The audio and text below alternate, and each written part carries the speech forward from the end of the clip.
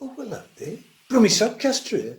Today's Sodcast comes from the garden room, which is a posh name for a room with folding doors onto the outside. I'm hobbling a bit this week. I've tweaked hamstring. Just got my body tuned to exercising once in a while when we received the news from on high that we can do it 24/7. And I think I probably took the message a bit too literally. I've always fancied tweaking hamstring because that's what footballers do. But be careful of what you wish for is what I say. And then footballers, they're always tweaking something. I mean, they're out for weeks then. I think they only probably play about 25% of the games that they're supposed to. Now, these new rules for meeting the family, they've got me totally and utterly confused.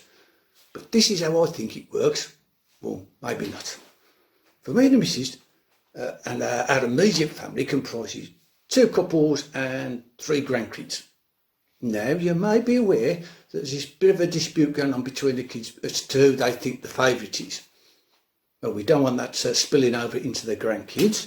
So to show no favouritism whatsoever, we'd need to arrange 14 separate individual face-to-face meetings. And that would probably take us most of the weekend. I mean, the stay-home message has been very successful.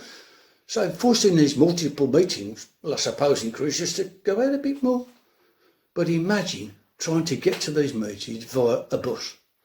You're standing in the allocated queuing zone while waiting for the bus. Getting on and off the bus involves limboing past every other passenger on the bus at a safe 2 metres. So by the time you've carried out all these manoeuvres at every bus stop, it'll probably be time to come home as soon as you've arrived.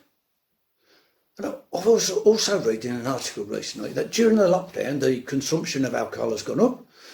There's more online betting and viewing of pornography has increased.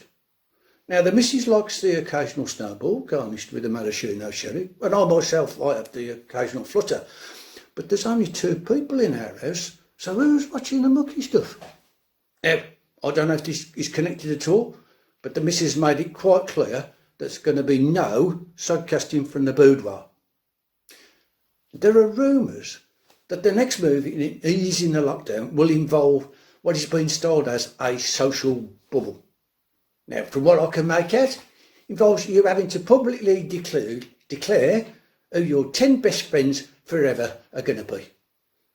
It's a bit like the conundrum of the invitations to a wedding, but you've got less people to play with, and potentially you've got a lot more who may not be too pleased with the result. And just like at school, there's always going to be someone who everybody wants on their team. And if you're really popular, you couldn't end up with you having a full-time job being on loads of people's social bubbles. I don't think I'm going to have that problem.